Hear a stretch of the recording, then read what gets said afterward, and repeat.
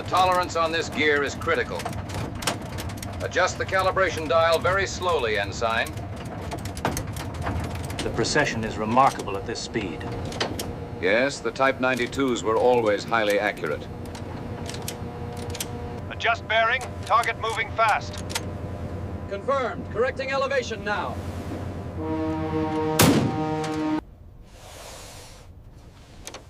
Fire solution. Bearing mark 28. Elevation 41.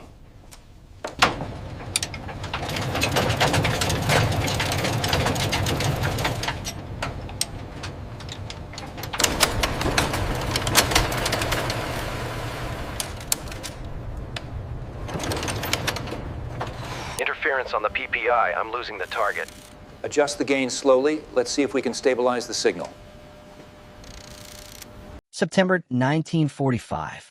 Yokosuka Naval Base. The war has ended, but the machines are still warm. Inside a captured American destroyer, Japanese naval engineers move carefully through a cramped compartment below deck. The air smells of oil and ozone. Brass gears hum softly as power is restored. Shafts rotate. Gyroscopes stabilize. A box of dials, cams, and spinning differentials begins to live again. There is no gun in the room. No shell. No explosion. Yet this machine is calculating trajectories, speed, bearing, wind drift, target motion, faster than any train crew could write them down. One engineer kneels to inspect the mechanism. His fingers follow a rotating cam. Another watches a pointer glide smoothly across a calibrated scale. They exchange no words. They do not need to. This is not a calculator in the modern sense. There are no numbers on a screen. But the machine is thinking continuously, mechanically, predicting where an enemy aircraft will be, not where it is. For years, Japanese gunners had trusted eyesight, experience, and discipline. Now, they're looking at something different. A system that removes hesitation. A weapon that begins with prediction. To understand why this moment felt so unsettling, the story must begin years earlier, in a world still trying to solve the oldest problem of warfare, how to hit a moving target before it moves. Long before computers had screens or memory, warfare was already demanding calculation. By the early 1930s, every major navy and army faced the same unsolved problem. Guns had become powerful enough to reach farther than the human eye could reliably judge. Aircraft were faster. Ships maneuvered constantly. Time itself had become an enemy. Between spotting a target and firing a shell, seconds passed, and in those seconds, the target moved. Artillery had always required mathematics. Range, elevation, wind, powder temperature, barrel wear. But modern war multiplied these variables. A bomber approaching at 300 miles per hour did not stay where it was seen. A warship turning at flank speed would not be where a shell landed 30 seconds later. Hitting required prediction, not reaction. Most nations relied on human-centered systems. Optical rangefinders measured distance. Plotting rooms tracked targets on paper. Crews used slide rules, firing tables, and experience. Japanese naval gunnery, in particular, emphasized precision optics and disciplined crews. The Imperial Japanese Navy invested heavily in long-base optical rangefinders, some of the finest ever built. In clear conditions, they were unmatched.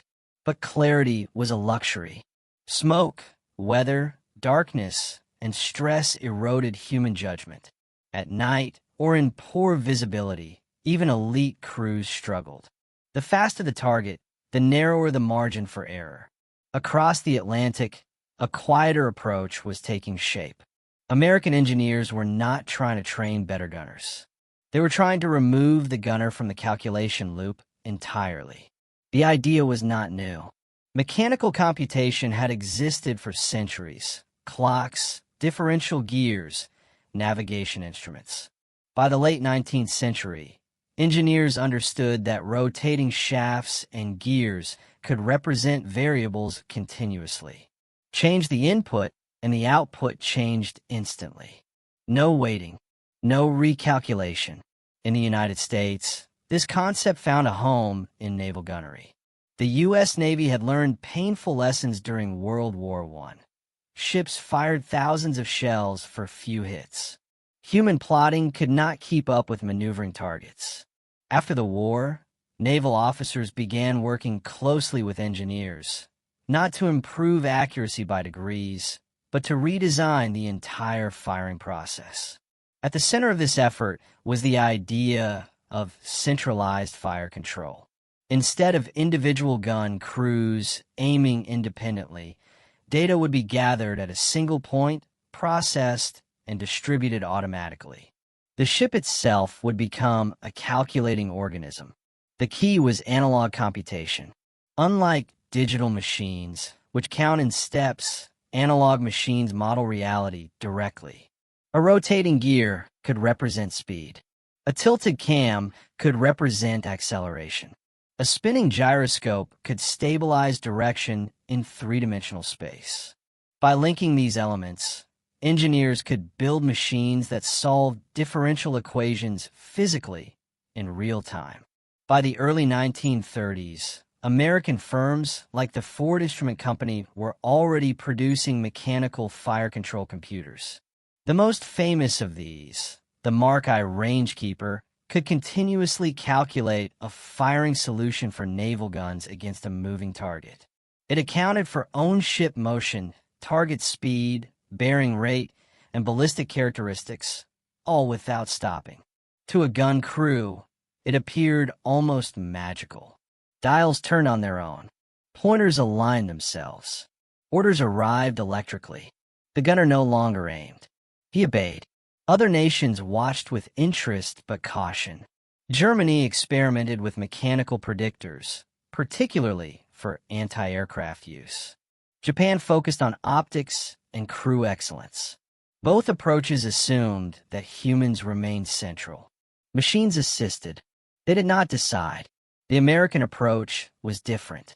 It treated war as a systems problem.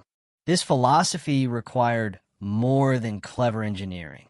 It required industrial confidence, precision machining, standardized parts, continuous maintenance. It assumed that thousands of identical machines could be built, installed, calibrated, and repaired across an entire fleet. In peacetime, this seemed excessive, expensive, even unnecessary. But by the late 1930s, as war clouds gathered over Europe and Asia, the gap between philosophy and reality was closing. Aircraft were getting faster. Engagement windows were shrinking. Night operations were becoming normal. The question was no longer whether humans were skilled enough. It was whether they were fast enough. And as the world edged toward global war, that question would no longer remain theoretical. It would be answered under fire.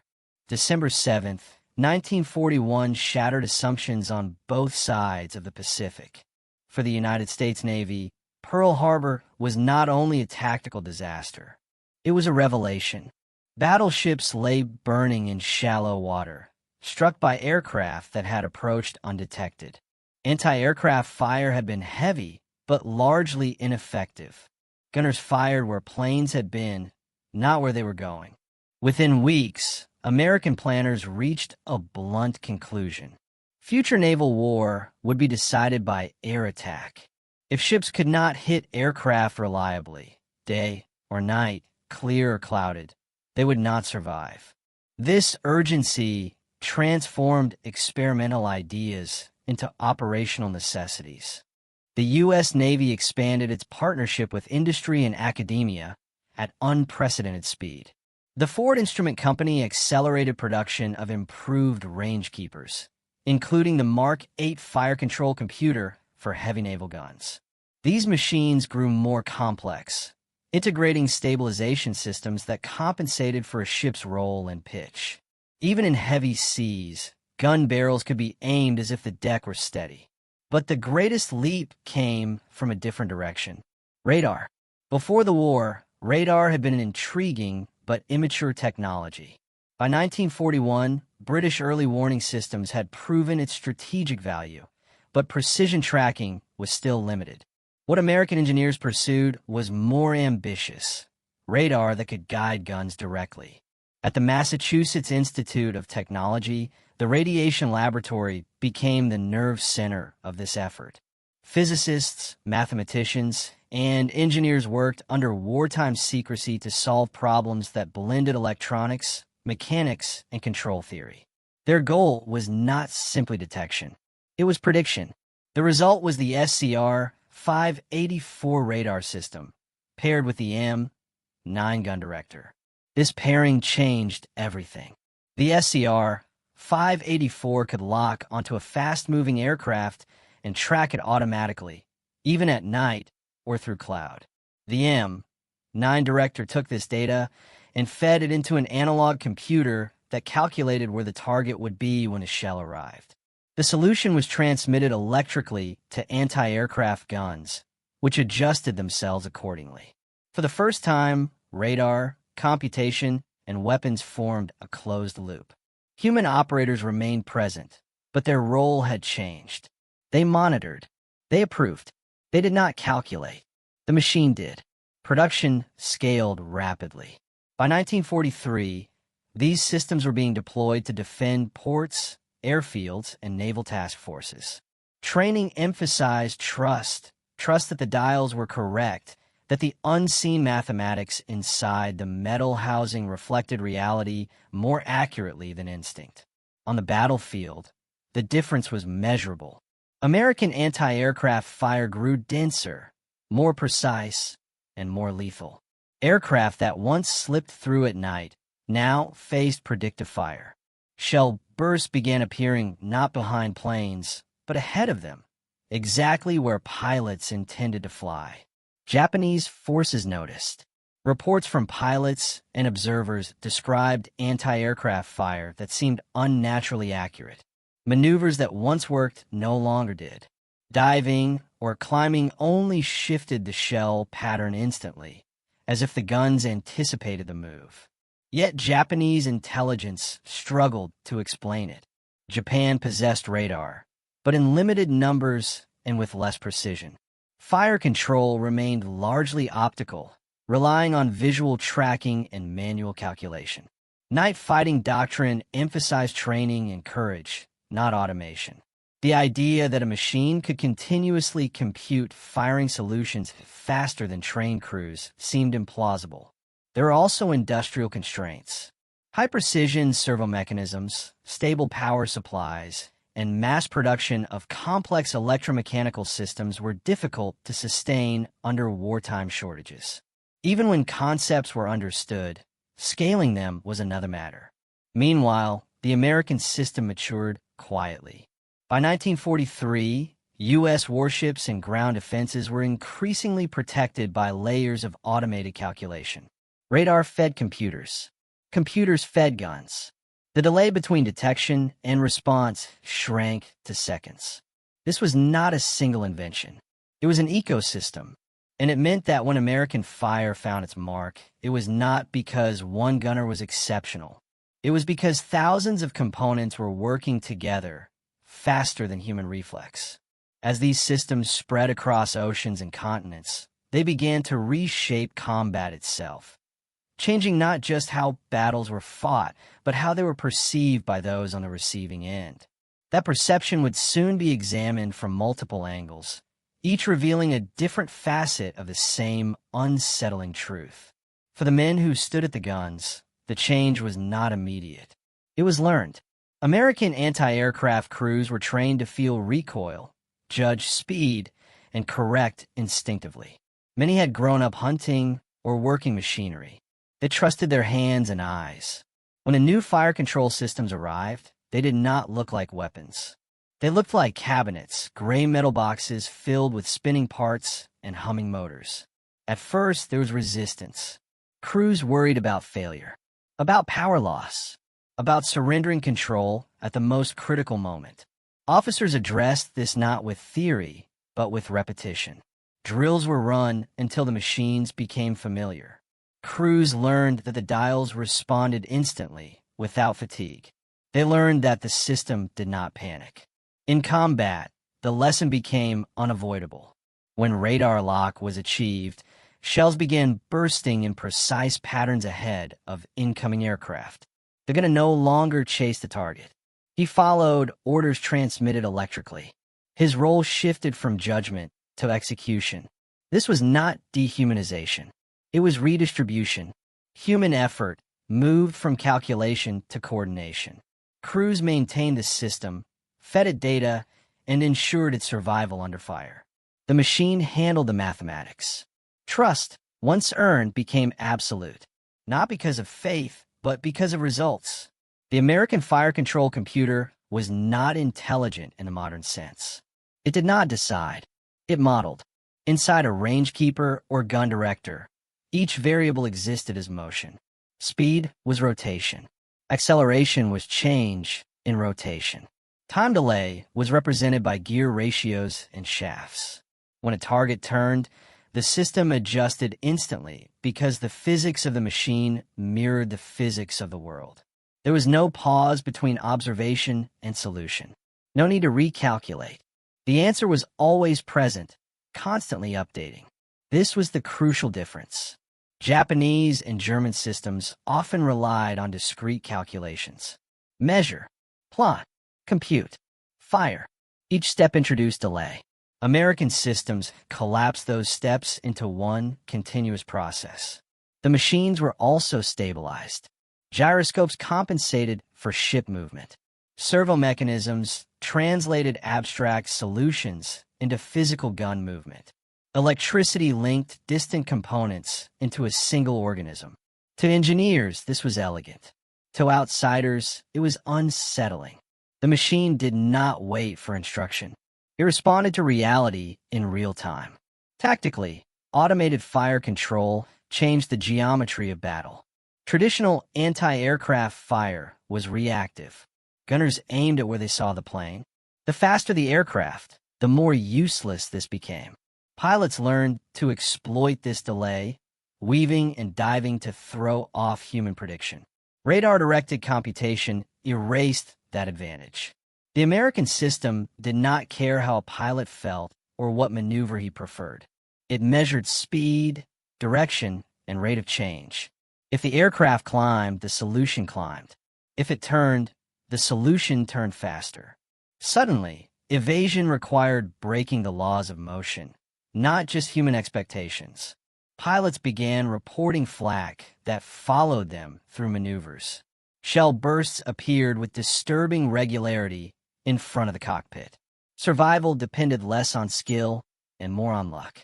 This shift was not immediately understood by those under fire, but they felt it, and that feeling of being predicted rather than pursued would soon be examined from another perspective, that of the engineers tasked with explaining the impossible. By 1944, fragments of the American system were no longer theoretical. Downed aircraft, damaged ships, and captured equipment began to offer clues. Radar antennas, servo motors, fire control components recovered from wreckage were shipped to analysis units. Japanese engineers studied them carefully, often with admiration before frustration. What stood out was not any single device. It was integration. Radar was not an accessory. It was embedded. The tracking data did not stop at a screen. It flowed directly into mechanical predictors. Those predictors did not advise gunners. They commanded them. For engineers trained in precision optics and manual calculation, this approach felt alien. The American system assumed that machines could be trusted with continuous control. It accepted error margins mathematically rather than emotionally. Japanese technical reports began to note something unsettling. American anti-aircraft accuracy did not degrade under stress. Night, weather, fatigue, factors that normally reduce human performance, seemed to matter less. After the war, when intact systems could be examined without urgency, the realization deepened. These were not clever tricks. They were robust, redundant, and standardized. Parts were labeled. Wiring was logical. Maintenance procedures were designed for speed. The shock was professional, not cultural. The machines reflected an industrial philosophy that treated computation as infrastructure. This outcome was not inevitable. It was chosen. American naval leadership had accepted, years earlier, that human skill alone would not scale. Fleets would grow. Aircraft would multiply. Engagements would compress into minutes. No amount of training could overcome the limits of reaction time. Automation offered consistency. By centralizing calculation, commanders reduced dependence on individual brilliance. A competent crew with a functioning system could achieve results once reserved for elite teams. This democratization of effectiveness mattered in a global war. There was also a moral calculation. Automated systems reduced hesitation. They fired when solutions were valid, not when nerves allowed. This increased lethality, but also predictability. The system behaved the same way every time. Commanders learned to trust numbers more than instinct. Perhaps the most underestimated angle was industrial. The United States did not build a few experimental computers. It built thousands. Each one required precision machining, calibration, and training. This was not innovation at the edge. It was repetition at scale. Factories produced servo mechanisms alongside engines. Technicians learned to service computation like any other system. Knowledge spread horizontally, not vertically. For Japan, where skilled labor was concentrated and material scarce, this was difficult to replicate. Even when concepts were understood, the ecosystem was missing. The result was asymmetry, not in bravery or intelligence, but in systems thinking. By the time this imbalance became undeniable, the machines were already embedded across American forces, waiting for the moment when theory would be tested beyond doubt. That moment arrived not in a laboratory, but in the converging violence of late-war battlefields, where prediction would meet reality under fire. The first true test did not announce itself. It accumulated. In 1943, American forces were fighting across multiple theaters, often under conditions that favored the attacker. Night raids, low-level approaches, bad weather, the kind of environments where human judgment faltered. Radar-directed fire control entered this space quietly. On naval vessels, gun directors tracked targets long before lookouts could see them. In coastal defenses, SCR 584 radars followed aircraft through cloud and darkness. The M9 director translated electronic echoes into mechanical motion. Guns slewed and elevated smoothly, without shouted corrections. Crews noticed the difference immediately. Firing ceased to feel chaotic. Patterns emerged. Bursts walked predictably through the sky, not as guesses, but as calculated intercepts. In Italy and later in Western Europe, these systems proved decisive against German flying bombs. The V-1 was small, fast, and flew low, nearly impossible for human gunners to track. Once radar-guided predictors were deployed, interception rates rose dramatically. The machine could follow a target that never changed course because it never tired. In the Pacific, the effect was more gradual but just as real. Japanese aircraft attacking U.S. task forces encountered layered defenses. Long-range radar detection, medium-range tracking, close-in automatic weapons, all linked by calculation. Even when aircraft broke through outer layers, the inner systems reacted instantly. What had once been individual gunnery contests became mathematical engagements. Japanese pilots reported flak that adjusted faster than expected. Traditional evasive maneuvers, rolling, diving, sudden turns, no longer produced the gaps they once had. Each change was met with immediate correction. Losses increased, not dramatically at first, but steadily. The system's strength was not perfection. It was persistence. Every engagement fed experience back into doctrine. Settings were refined, procedures standardized, crews rotated without loss of effectiveness. By late 1943, American anti-aircraft fire had become something new, a predictive environment rather than a reactive one. And yet, for those facing it, the full nature of this change was still obscured. They felt the result without understanding the cause. That understanding would come later, when the machines themselves could be examined without the noise of battle, and when the scale of their influence became impossible to ignore. By 1944, the system was no longer experimental. It was everywhere. In the Pacific, American fleets advanced with a density of anti-aircraft fire never before seen. Carriers, cruisers, destroyers. Each ship contributed to a coordinated defensive web. Radar scopes glowed in darkened combat information centers. Fire control computers turned endlessly, translating invisible signals into motion. During major operations, Saipan, Leyte Gulf, Okinawa, the pattern repeated. Incoming aircraft were detected early.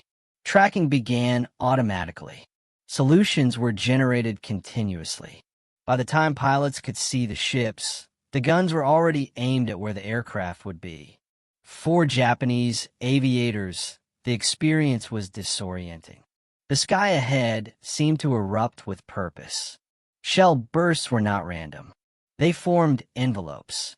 Flying through them felt like entering a calculated space. As kamikaze attacks intensified in late 1944, the system faced its most severe test. Pilots no longer maneuvered to evade. They flew directly toward impact. Traditional prediction should have failed. It did not. The computers did not rely on intent. They relied on motion. A straight-line dive was the easiest problem to solve. Guns adjusted relentlessly. Many attackers were destroyed within seconds of detection. On Okinawa, American forces recorded unprecedented volumes of anti-aircraft fire coordinated through automated directors. Ships survived attacks that would have been catastrophic earlier in the war. The cost was still high, but the ratio had shifted. Japanese analysts struggled to explain this resilience. After surrender, explanations became tangible. Captured ships, coastal batteries, and air defense installations were examined in detail. Japanese engineers powered systems back on, tracing circuits and mechanical linkages. What they found was not a single revolutionary device, but a hierarchy of machines, each doing a narrow task, all synchronized. The realization was sobering. This was not genius concentrated in individuals. It was intelligence distributed across hardware. One post-war assessment noted that American fire control achieved continuous calculation without interruption. Another observed that accuracy seemed independent of operator experience. The shock lay in that independence.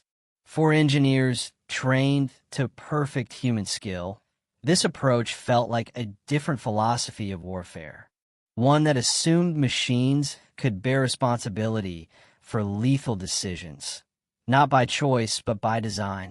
By 1945, the conclusion was unavoidable. American gunnery accuracy was not an anomaly of training or luck. It was the product of computation embedded into combat itself. And as the fighting ended, the question shifted from how the war had been fought to what this mechanized prediction would mean once the guns fell silent. The guns fell silent, but the numbers remained.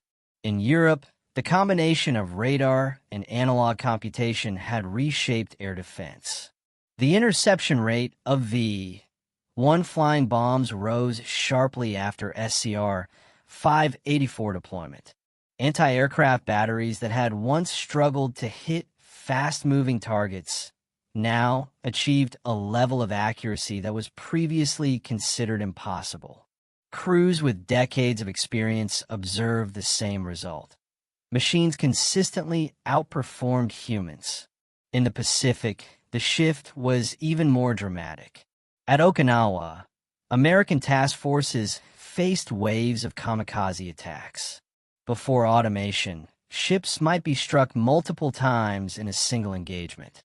By late 1944 and early 1945, the integration of radar, directors, and mechanical computers allowed gunners to predict incoming aircraft paths, firing in patterns that trapped planes before they could close on their targets. Estimates suggest that thousands of aircraft were destroyed in this manner, saving countless ships and thousands of sailors' lives.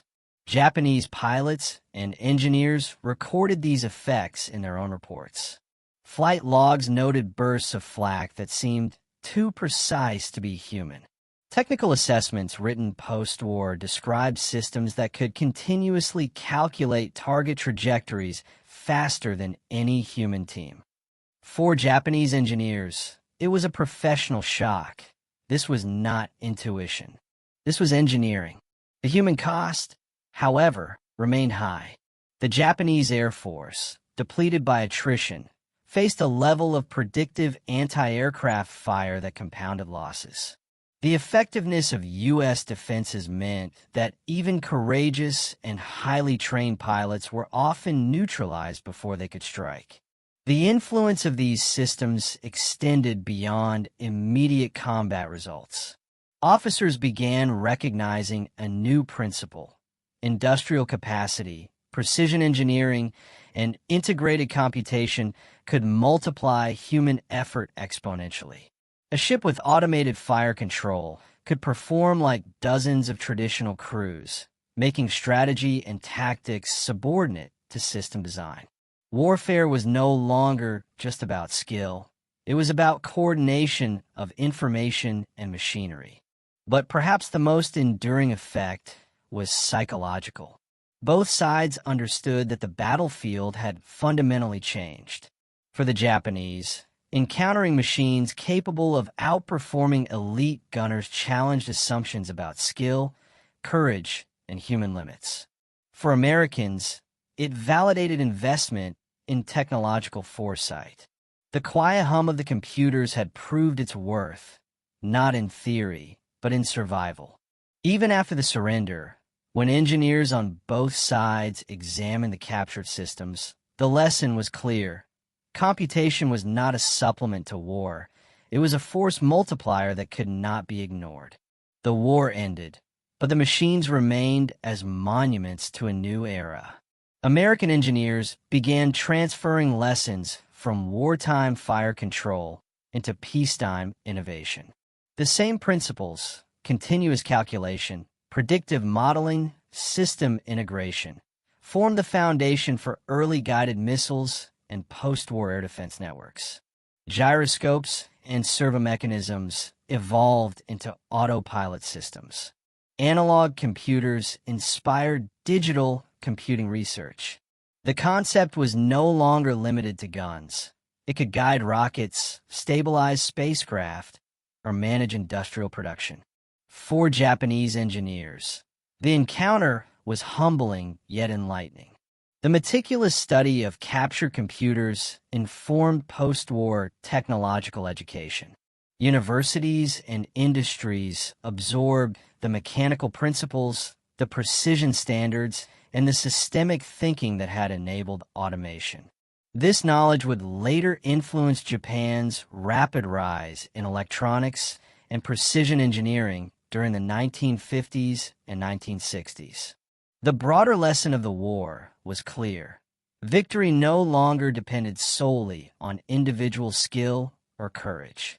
It depended on infrastructure, the invisible systems that coordinated detection, computation, and action. In this sense, the Pacific and European theaters had served as laboratories for large-scale, integrated computation in the real world. Military doctrine changed permanently. Leaders realized that human reflexes alone could not meet the demands of high-speed warfare. Automation became a force multiplier. Where once soldiers aimed, they now monitored. Where once ships chased, they now predicted. The boundaries between human judgment and machine calculation blurred. laying the groundwork for future conflicts where information flow and prediction would be as lethal as gunpowder. By the war's end, the question that had unnerved Japanese engineers, how machines could think in battle, was no longer theoretical. It was reality, and that reality would shape both military and civilian technology for decades to come, quietly demonstrating that computation, even before the age of digital computers, had already changed the world. The consequences were both practical and philosophical. War could now be measured, predicted, and partially automated. Victory was not just a matter of bravery. It was a matter of numbers, precision, and trust in systems far more complex than any single human mind. In the quiet aftermath, the true significance of these machines became clear. They were not weapons in the traditional sense. They were extensions of thought, calculation made tangible. Gears, cams, and gyroscopes translated motion into prediction, anticipation into action. For the first time, war had a layer that operated independently of human reflex, yet in perfect harmony with human intent.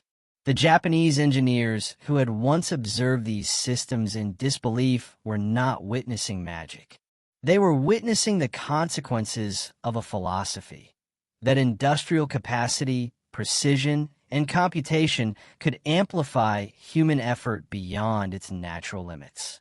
What had seemed impossible, a machine predicting a plane's path in real time, was simply a logical extension of careful engineering applied relentlessly. This moment marked a turning point in warfare and in technology. It revealed that battles were no longer fought solely with courage or skill, but with information, integration, and prediction. It set the stage for guided missiles, automated air defenses, and, eventually, the digital computers that underpin modern conflict. It also offered a subtle, human lesson, that progress often arrives quietly through the hum of a machine before its impact is fully understood. Ultimately, these analog computers were more than tools. They were symbols of a new era where thought itself could be mechanized, where foresight could be embedded in steel and circuitry. And in that quiet hum, history whispered a lesson that would resonate long after the guns fell silent. The future of warfare and of technology had already begun.